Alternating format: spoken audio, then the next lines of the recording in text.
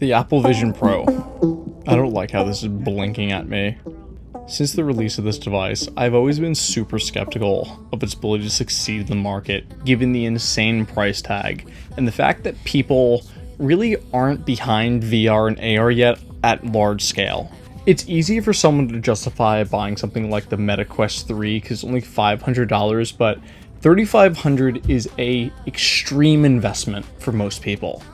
And I know Apple is trying to tout it as like this replacement for your laptop and all of that, and the fact that you can do all of your work on it, but it's going to be a long time before that replaces any real professional workflows. So it's occupying this weird niche of extremely wealthy people that really like tech and have a lot of extra cash to spare on a novelty.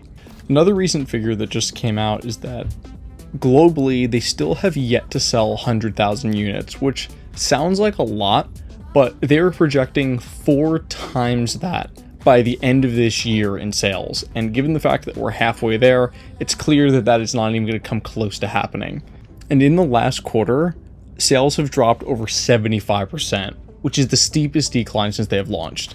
Another big issue that we keep coming back to is the fact that there aren't really any good use cases for this device, even in the sense of play and not work like they're sort of trying to advertise it being possible to do. It's really cool to have the idea of a massive screen and like movie theater setting for VR, but this is something that's done on the cheapest of devices, and there's no reason to spend that money on the top end AR headset to achieve the same thing you could do on one that's $200-300.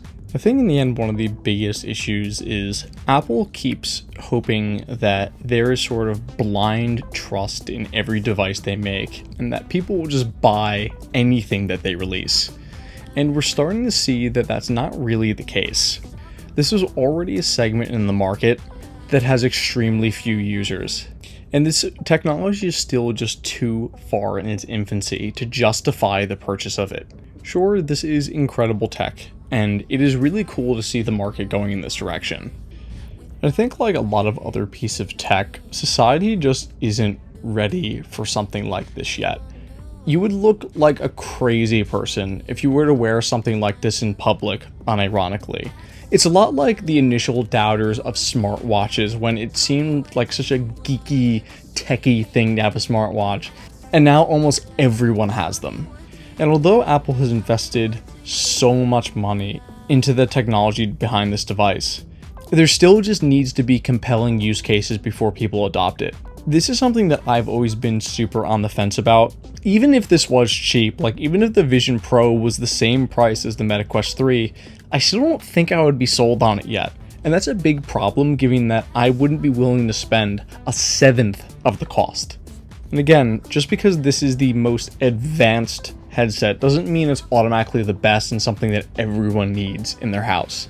And I think it's really going to take a non-pro model of this, which has a much lower price point and hopefully a lot more apps that people can genuinely use that are different than what they could just do on their other Apple devices for this to really take off.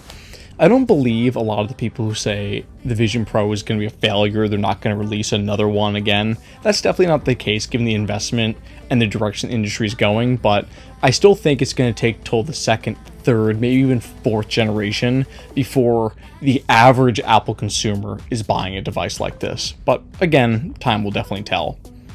I hope you all liked this video, and if you did, please do like and subscribe. It helps me out so much. I look forward to seeing you all in the next one. I'll see you.